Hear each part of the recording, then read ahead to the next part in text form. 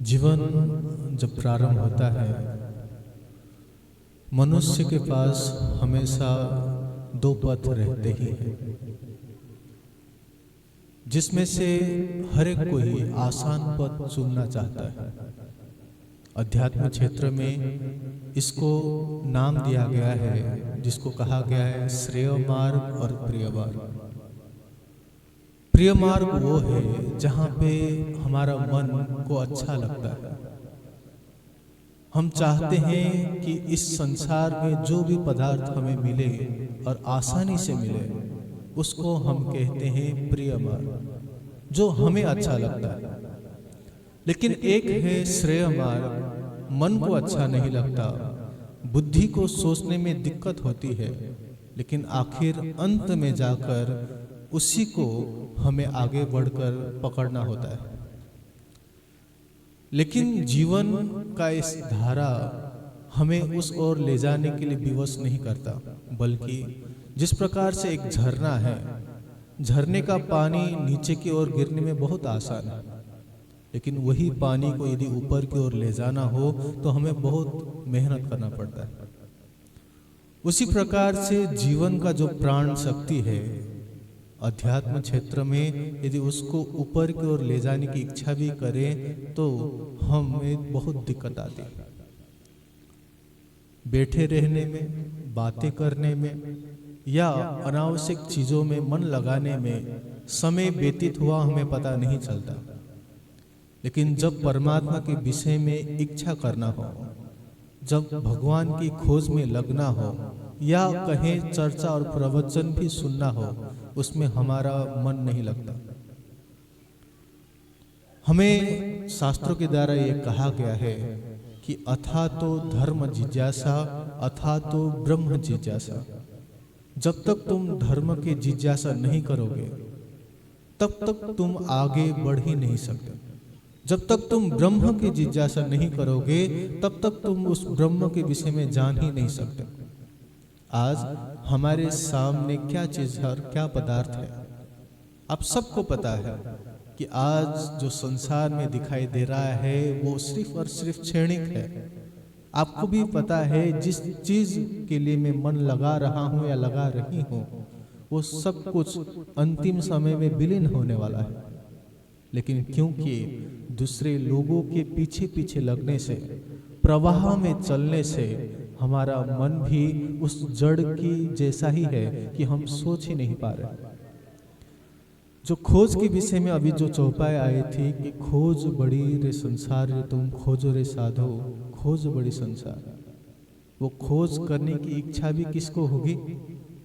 जिसको सच्चे रूप से पहचान करने की इच्छा है, जो कभी ये कह ही नहीं सकता कि मैं कौन हूँ, मैं कहाँ से आया, मुझे जाना कहाँ पे है। वो खोज ही क्यों करेगा? उसको क्यों समय व्यर्थ करना है प्रवचन में बैठ के उस सद्गुरु को ढूंढने में या कहें शास्त्र को पढ़ने में? वो अपने जीवन जन्म और मृत्यु को खेल को खेलेगा, खाना पीना को खाएगा और अंतिम जीवन में मर जाएगा। उसको याद करने वाला कोई नहीं। लेकिन फिर भी आप सोचिए, लगभग इस समय में 8 खरब से भी ज्यादा संख्या हो चुकी है इस दुनिया में। कितने लोग एक सेकंड में मर जाते हैं, इसे सुनने में आता है, और कितने लोग जन्म भी लेते हैं। लेकिन हमें याद कितने लोग हैं? कौन जा रहा है? आप यहाँ पे जितने भी भाई बहन, आप जितने भी बड़े हैं, मैं यदि पूछूं कि जो पहले के 5 पुश्ते वाले आपके नाम हैं, आपके पिताजी के पिताजी के पिताजी का नाम आपको भी किसी किसी को याद नहीं। आप सोचिए, आप खुद के परिवार के लोगों को तक भूल चुके हैं, और हम सोचते हैं कि हमारे कार्य से कोई हमें याद करेगा, हमारे खिलाने पिलाने से हमें कोई याद करेगा, तो वो एक सिर्फ और सिर्फ भ्रम है। तो खोजना तो चाहिए था खुद को, कि हम खुद को जाने पहले कि सच में मैं कहाँ से आया हूँ। क्या सिर्फ ये जन्म लेने के लिए और मरने के लिए ही मैं आया था? क्या सिर्फ और सिर्फ जो भ्रम मेरे अंदर डाला गया कि संसार में पैसा कमाओ, अच्छा प्रतिष्ठा कमाओ, संसार में लोगों का वाह वाह कमाओ और फिर मर जाओ, तो क्या इसी चीज के लिए मैं आया था? लेकिन जब इसमें चिंतन करते हैं तब पता चलता है कि संसार सिर्फ और सिर्फ एक खोखला चीज है। जो बाहर दिखाई दे रहा है वो सिर्फ और सिर्फ एक क्षण के लिए है। संसार कहीं और नहीं बल्कि आपके खुद के अंदर है। आप सोचते हो कि दुनिया के लोग आपके विषय में क्या सोचेंगे। मैं यदि इस धर्म को छोड़ के दूसरे धर्म में लग जाऊंगी तो वो लोग क्या कहेंगे। मैं यदि ये कार्य करना चाहती हूँ, यदि ये हम सोचकर आगे बढ़ते हैं तो मेरे परिवार के लोग मुझे क्या कहेंगे।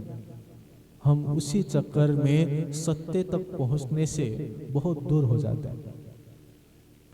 तो बात आती है कि सत्य जो है उसको प्राप्त करने के लिए कठिनाई आएगी या नहीं। आप ही सोचिए, एक एग्जाम देने वाला जो बच्चा है जिसको फर्स्ट होना है, रात दिन वो मेहनत करता है, उसको दिक्कतें आती है। उसके परिवार के लोग ही कहते हैं कि तू कितना पढ़ रहा है। उसके दोस्त कहते हैं कि तू पढ़ंदास हो चुका है, तू हमारे साथ बातें नहीं करता है। लेकिन यदि उसको सच में प्रथम होना है तो उसको त्याग करना ही पड़ेगा। उसके दोस्त के संगत को त्याग करना पड़ेगा। उसको जो इच्छा है मोबाइल का देखने का, वो सब कुछ त्याग करना पड़ेगा। अध्यात्म क्षेत्र में जब आपको खुद का पहचान करना है तो आप खुद के अंदर जाने के लिए बाहर के जो भ्रामक चीज आपको रोक रहे हैं उसका त्याग करना पड़ेगा। रोक कौन रहा है? रोक आप स्वयं खुद को रहे। जो आपकी इंद्रियां हैं, जो आपके बस में नहीं है, वो आपको रोक रहे हैं। चाहे आप जीवा को ले लीजिए, चाहे आप आंखों को ले लीजिए, चाहे आप श्रवण इंद्रिया को ले लीजिए। आप दूसरे की बुराई सुनना चाहते हैं, आप गंदगी देखना चाहते हैं, आप बुरी चीज खाना चाहते हैं। जब सब कुछ इंद्रिया आपके बस में नहीं है तो आपका मन भी आपके बस में नहीं होगा, आपके बुद्धि आपके बस में नहीं होगा। तो आप सोचिए, आप अंदर प्रवेश नहीं कर सकते। दरवाजा आसान है खोलने के लिए, ऐसा नहीं कि किसी ने उसको टाइटली बंद करके रखा है। आपके अंदर ही वो चाबी है, बस खोलने के लिए स्वयं की स्वीकृति जरूरी है। मन ये देखेगा कि आपने कर्म क्या कर रखा है। जैसे आप कहते तो हैं कि मुझे स्वयं का पहचान करना है, लेकिन जीवन में आपने कभी सुबह उठकर ध्यान नहीं किया, कभी उस परमात्मा को याद नहीं किया। हमेशा आप इस दुनिया के ही कार्य में व्यस्त रहें तो मन को भी लगेगा कि ये झूठ बोल रहा है, इसको चाहिए तो परमात्मा नहीं, इसको मैं पहचान करने की इच्छा तो नहीं, लेकिन दूसरे के सामने दिखाने के लिए बहुत बड़ी बात करता है। इसीलिए मन और बुद्धि भी आपका साथ उस समय में नहीं देता, क्योंकि वो देखता है कि आप सच में क्या चाहते हो। और जिस समय आप जो इस संसार के पद प्रतिष्ठा को चाह रहे हो, वो उसी चीज के लिए मेहनत करता है। आज जितने भी आप यहाँ पे हैं, धर्म के लिए जो जागरूक हैं, ये ध्यान रखना है कि खोज का जो पथ है वो बहुत कठिन है। धनी श्री देवचंद्र जी इस दुनिया में आने के पश्चात उन्होंने खोज की। छोटे से बालकपन में ही 11 साल की उम्र में ही उनके अंदर प्रश्न आया। 16 साल की उम्र में तो उन्होंने घर त्याग दिया और उन्होंने पथ पकड़ा उस सदगुरु का, और उसके बाद उन्होंने हमें ज्ञान दिया। आप सोचिए, यहाँ पे हम किसने घर छोड़ रखा है? जिसने घर भी छोड़ रखा होगा उसके अंदर भी अभी भी वो घर पैदा है, अभी भी वो घर बसा हुआ है। आश्रम जाके, जंगल में जाके, या स्वयं को महंत कहला के, या अपने आप को बहुत बड़ा साधु कहलाने से कोई साधु नहीं बनता है। साधु वो है जो सरल स्वभाव का है। साधु वो है, सन्यासी वो है जिसने अपने संसार को त्याग दिया है, बाहरी रूप से भी और आंतरिक रूप से भी।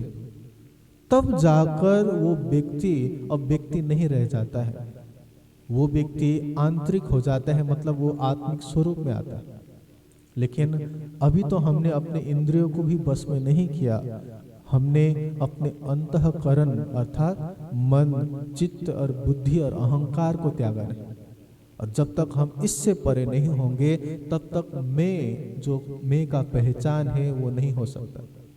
बार बार हम यही कहते हैं, जो व्यक्ति मैं की इच्छा नहीं करता, जो व्यक्ति स्वयं को जानने की इच्छा नहीं करता, वो ढोंग करता है कि मुझे परमात्मा की इच्छा है। परमात्मा की इच्छा तभी हो सकती है जब स्वयं के अंदर भी तड़प हो, मुझे खुद का पहचान करना है। वरना आज सब लोग देखिए, हर कोई वैष्णव धाम जाता है, चारों वैष्णव धाम घूमने के लिए तो जा रहा है, लेकिन जाता क्यों है? फोटो खिंचवाने के लिए। वो वहां पे जाता है ये दिखलाने के लिए कि मैं भी धार्मिक हूं। वरना वहां जाकर ध्यान कौन कर रहा है? वहां जाकर वो उपासना कर रहा है या नहीं? सिर्फ दिखावा कर रहा है कि मैं वहां पहुंच गया और मैं से बड़ा भक्त और कोई नहीं। आज दान करने वाला अपने आप को दानी मानता है, लेकिन यदि फेसबुक में, यूट्यूब में या मंच से उसका नाम ना लिया जाए तो फिर वो कहेगा कि मेरे दान देने का कोई मतलब ही नहीं। अब सोचिए, वो दान भी सिर्फ किस चीज के लिए था? मान और प्रतिष्ठा के लिए। तो आप जो सच में चाहते हो वो तो क्या है? संसार का ही कोई पदार्थ था। इसीलिए आज दिन तक आपको क्या मिला? संसार का ही पदार्थ। और संसार का पदार्थ मूल क्या है? संसार का पदार्थ का जो मूल है वो दुख है, और आपको दुख ही मिल रहा है।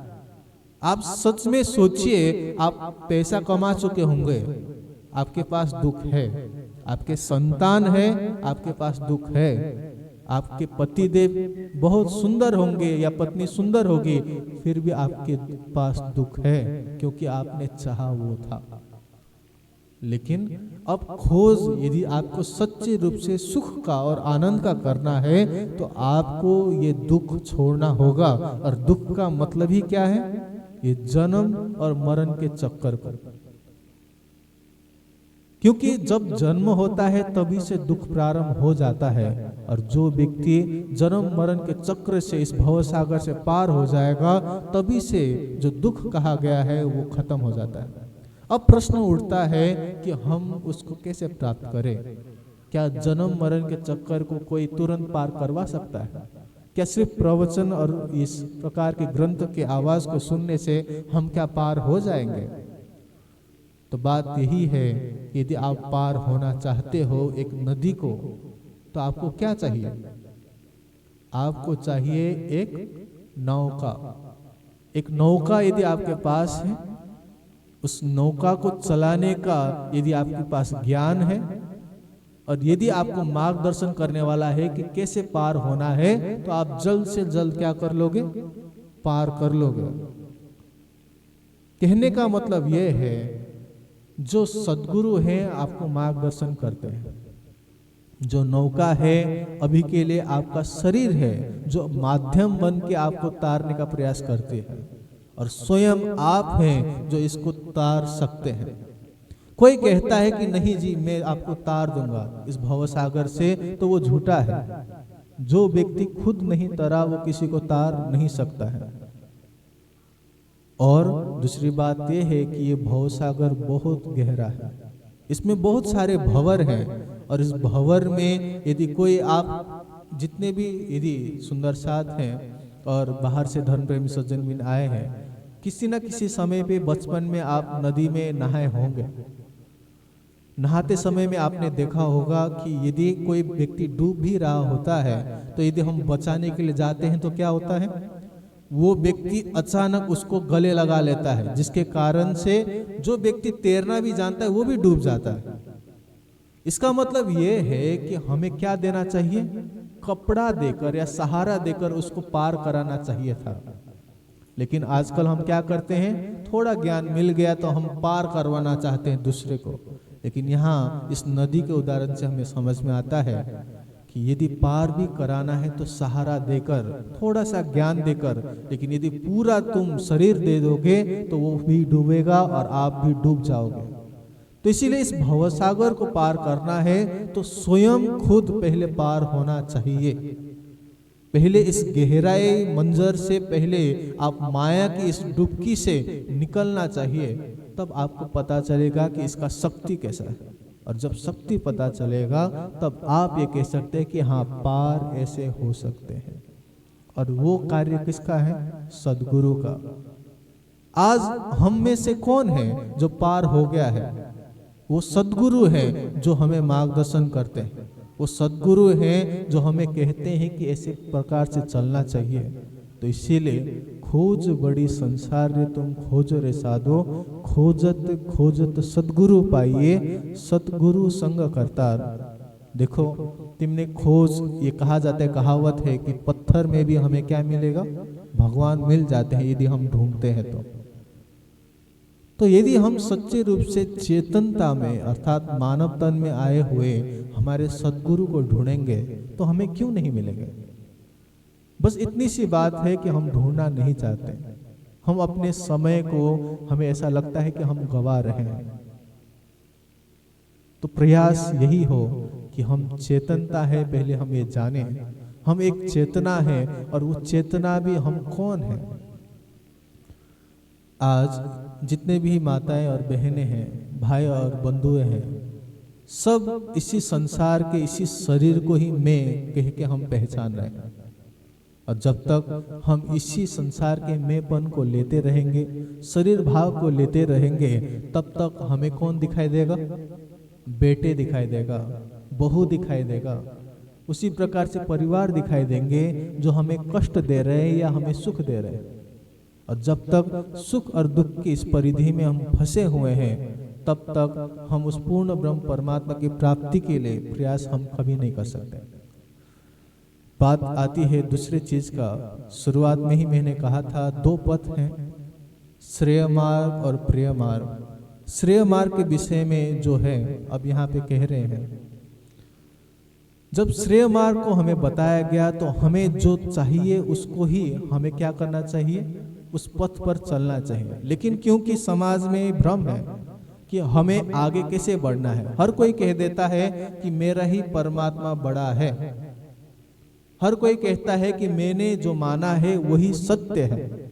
और बात बिल्कुल ठीक है, उनका जो कहना है वो उनके लिए सत्य है। जैसे एक दर्शन में एक चीज आता है, जैसे हम लोग कहते हैं ना कि हाथी वाला एक चीज हम बता देते हैं कि 6 अंधे थे, 6 अंधों ने क्या किया? हाथी को छूना प्रारंभ किया। किसी ने पूंछ को छुआ, किसी ने सूंड को छुआ, किसी ने छाती को छुआ। और हर कोई ये कहता है कि हाथी तो कैसा है? रस्सी जैसा है, कोई कहता है दीवाल जैसा है। लेकिन आप बताइए हाथी कैसा है? हाथी, जो व्यक्ति अंधा नहीं है, जिसने देखा है वही बता सकता है। हर कोई अनुमान कर सकता है कि हाथी ऐसा है, लेकिन वो आपके स्वयं के अनुभव के आधार पे बता रहा है कि हाथी ऐसा है, वरना हर कोई वहां पे गलत है। उसी प्रकार से जब कोई कहेगा कि परमात्मा ऐसे हैं, तो जो देखता होगा वही बता सकता है कि परमात्मा ऐसे हैं। लेकिन आज तो हमने क्या किया? यहाँ से कोई आ जाते हैं, वो कहते हैं कि जी ऐसा है, तो भी हम मान लेते हैं। दूसरे तरफ से आते हैं, जी वैसा है, तो भी मान लेते हैं। क्योंकि हमें क्या चाहिए? आशीर्वाद। हमें क्या चाहिए? परिवार में सुख और शांति। हमें चाहिए इस दुनिया के पदार्थ। और जब आसानी से मिलता है तो हम खुश हो जाते हैं, लेकिन बाद में पता चलता है कि मिलता कुछ नहीं है। तो इसीलिए अब मानना किस चीज का है? तो बात आ रही है प्रमाण का। वेद आपका प्रमाण है। आप सब यहाँ पे जितने भी हैं, आप कौन है? हिंदू धर्म के हैं। आपका मूल ग्रंथ आपके लिए क्या है?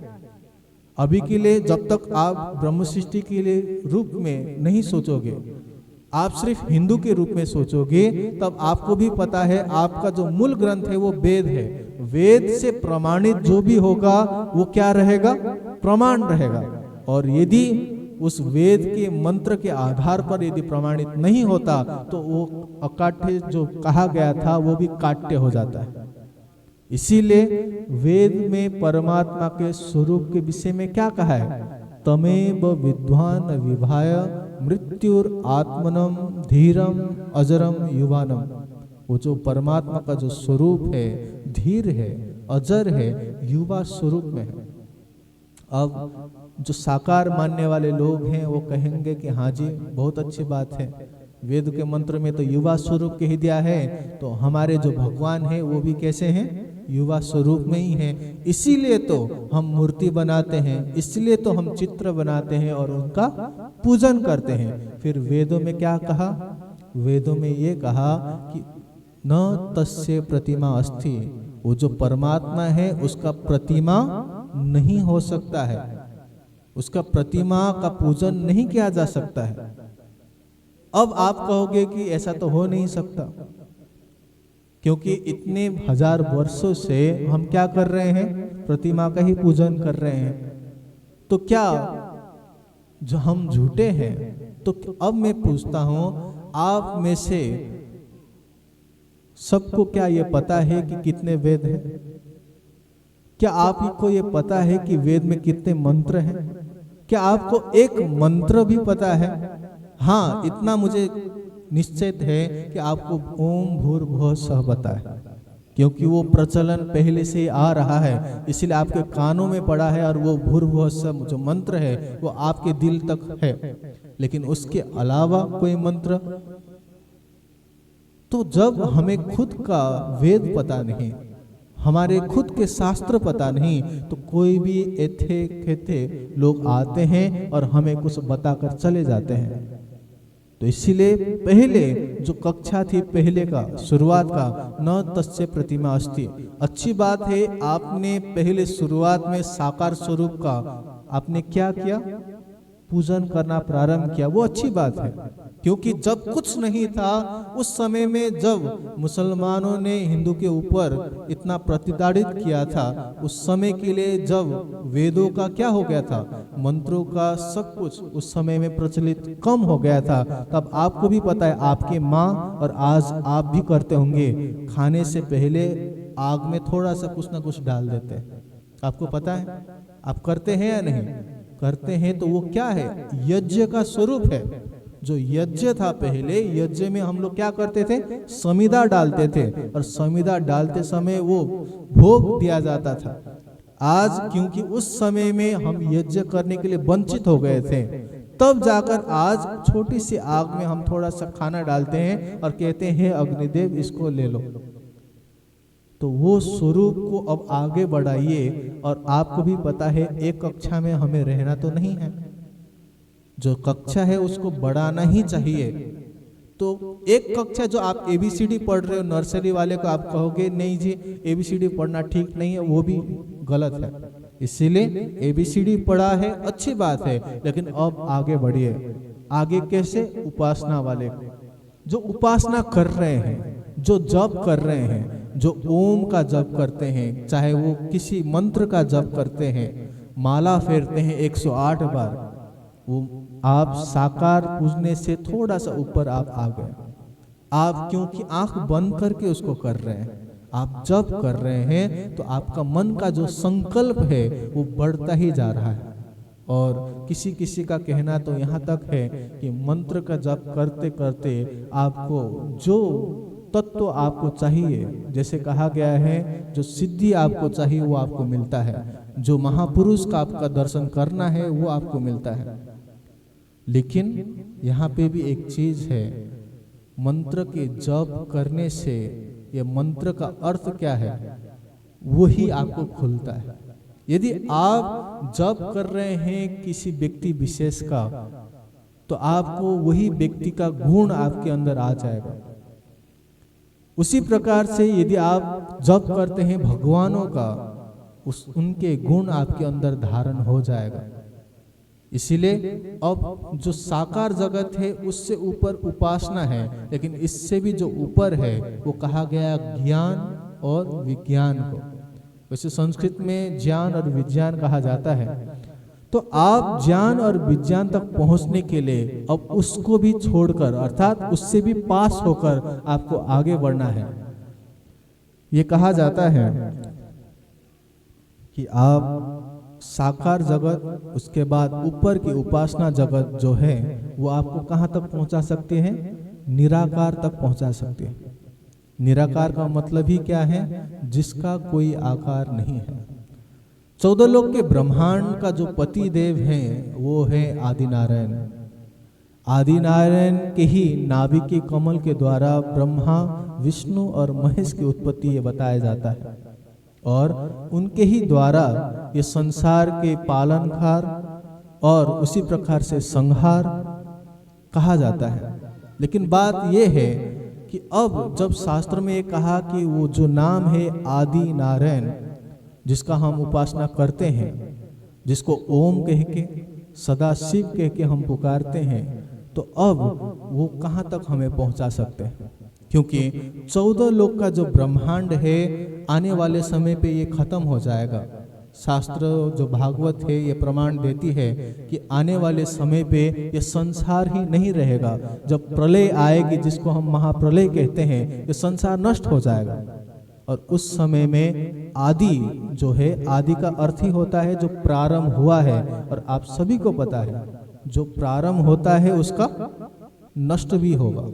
उसी प्रकार जो आदि नारायण है उनका भी प्रारंभ हुआ था, और आने वाले समय पे वो भी विलीन होंगे। तो आप किसके भरोसे रहेंगे? हो सकता है किसी को कोई लेना देना भी ना हो इस विषय में। अब क्यों नहीं है मैं ये भी बताता हूँ, क्योंकि हमें परमात्मा को प्राप्त करने की इच्छा नहीं है, हमें ब्रह्म का जिज्ञासा नहीं है, हमें आदि नारायण का पहचान करने की भी इच्छा नहीं है। हमें इच्छा कहाँ है? शुरुआत में मैंने कहा शरीर भाव में हम हैं, तो शरीर का पदार्थ के लिए हम कुछ भी कर सकते हैं। लेकिन यदि अब ये ज्ञान निराकार से पहुंचा, निराकार से ऊपर के लिए पहुंचा, तो अब प्रश्न उठता है अभी इससे भी ऊपर इच्छा है या नहीं? और जब इच्छा ही नहीं तो बताने से फायदा तो नहीं है।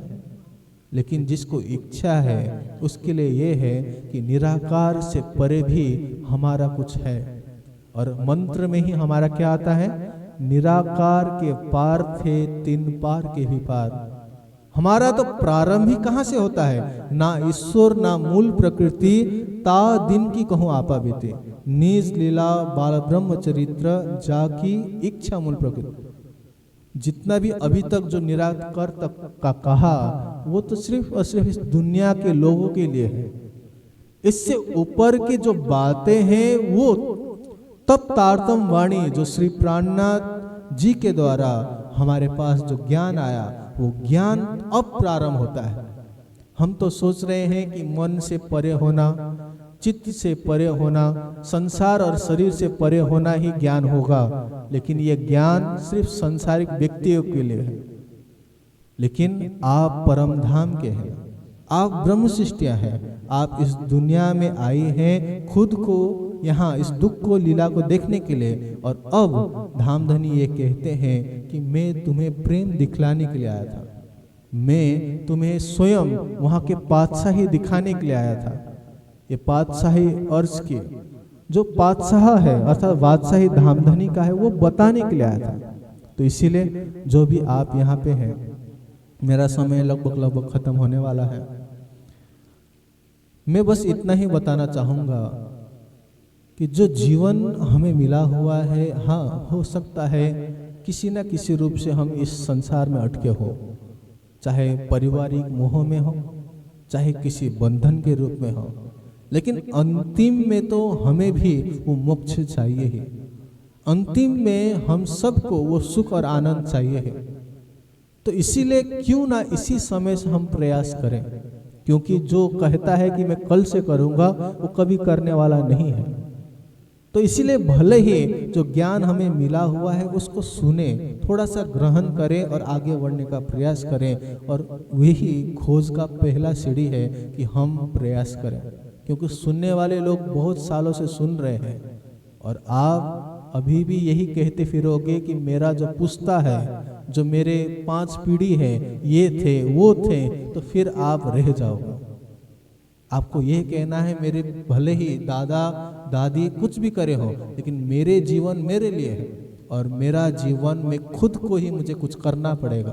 तो जब आप उस जिम्मेदारी को ले लोगे तब मुझे लगता है आपको रोकने वाला वहाँ पे कोई नहीं होगा। आज के लिए इतना ही कहते हुए मैं इस प्रवचन को विराम करना चाहूँगा। बोले श्री प्राणनाथ प्यारे।